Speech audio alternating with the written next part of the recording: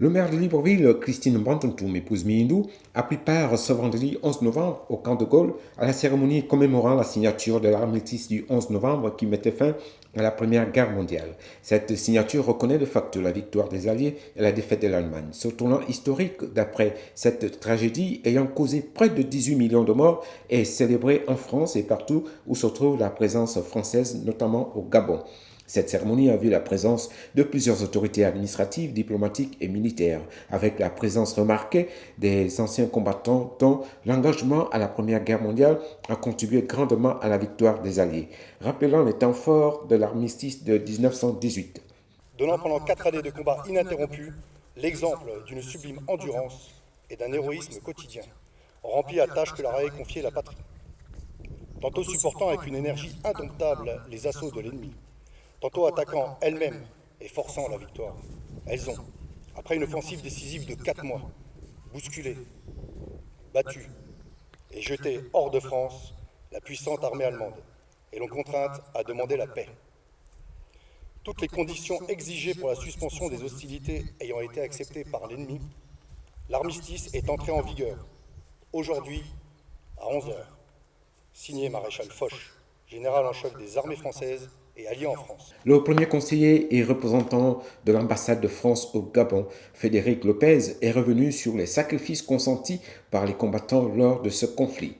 La nouvelle de la victoire se répand à la volée dans tout le pays, de clocher en clocher. L'écho du clairon vient d'annoncer la fin d'un conflit qui a éprouvé le monde et décimé les hommes.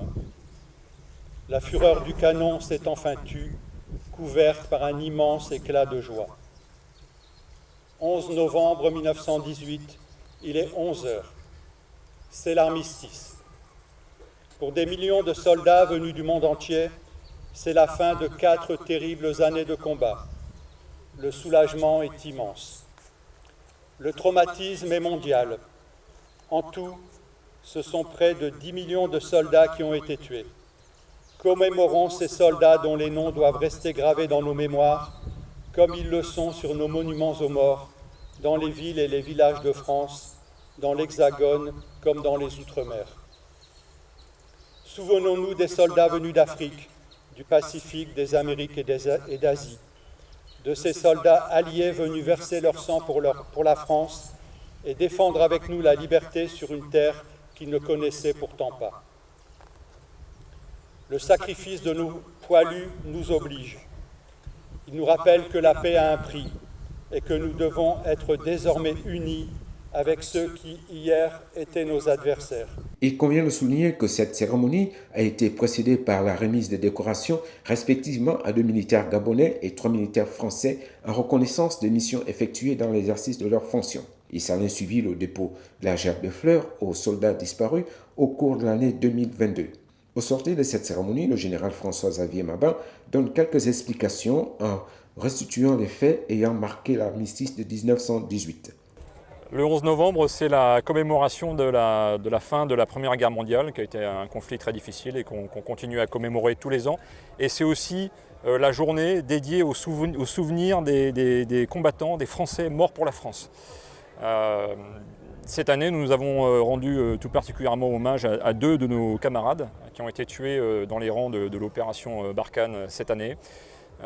Mais nous nous souvenons de manière générale de tous les militaires qui, sous le drapeau français, se sont engagés et ont sacrifié parfois leur vie pour cet engagement.